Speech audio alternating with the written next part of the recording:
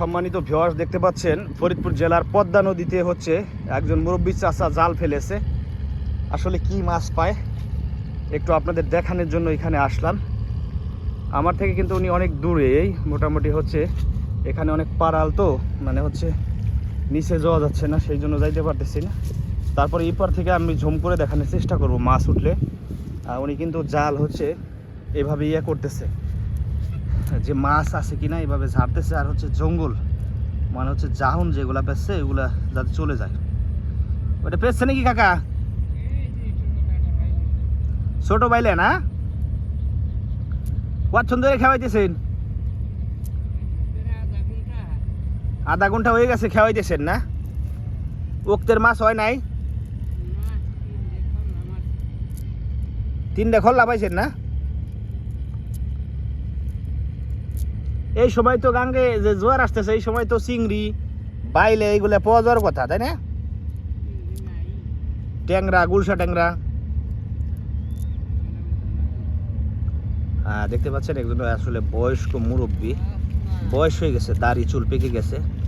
আসলে জাল বাড়িতে আছে, এই জন্য বিকেল সন্ধ্যার টাইমে এখানে চলে আসছে যে জাল দিয়ে একটু মাছ ধরবে বাড়িতে খাওয়ার জন্য। তারপরে শখটা হচ্ছে সব থেকে বড়। এইভাবে কিন্তু আসলে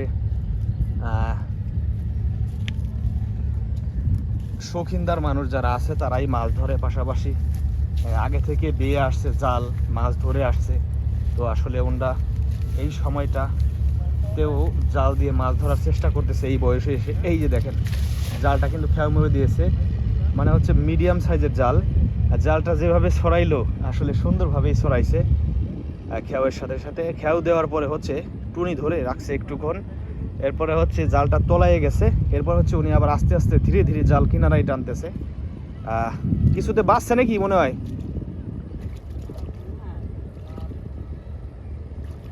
এই যে জালের কাছাকাছি গেল।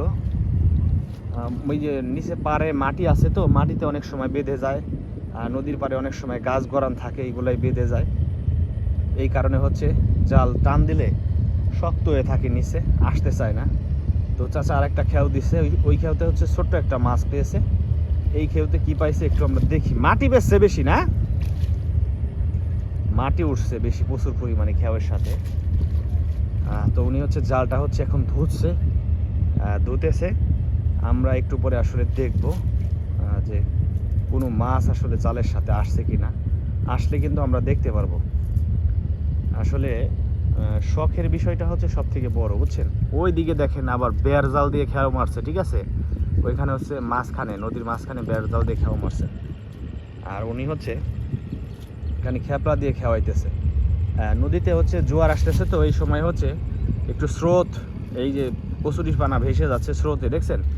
এইগুলো হচ্ছে স্রোতে ভেসে যাচ্ছে। উঠে নাই খেওতে। আর একটা খেও মারেন ওই জালের ওই পাশে। উনি হচ্ছে আরেকটা খেও মারবে, আমরা দেখি আসলে কোনো মাছ পাই কিনা। আর কিছুদিন পর থেকে খেপলা দিয়ে মাছ মারবে মানুষ বেশি। আর এখন হচ্ছে মেন সমস্যা হচ্ছে অতিরিক্ত চায়না দুয়ারি হয়ে গেছে, তো সেই জন্য আসলে খেপলা দিয়ে মাছ এখন পাওয়া যায় না, কোথাও বাদ নাই মানে চায়না পাতার। দেখতে পাচ্ছেন খেয়াও মারতেছে জাল। এই যে দেখেন জালটা খেয়াও মেরে দিল। পদ্মা নদীতে এভাবে আসলে জাল দিয়ে, খেপলা জাল দিয়ে মাছ ধরছেন কে কে একটু কমেন্ট করে জানাবেন, তাহলে ভালো হবে। আমি কিন্তু এখন জাল দিয়ে মাছ ধরার যে দৃশ্যটা ফরিদপুর জেলার পদ্মা নদীতে, সেটা কিন্তু আপনাদের তুলে ধরার চেষ্টা করছি একেবারে হুবহুব।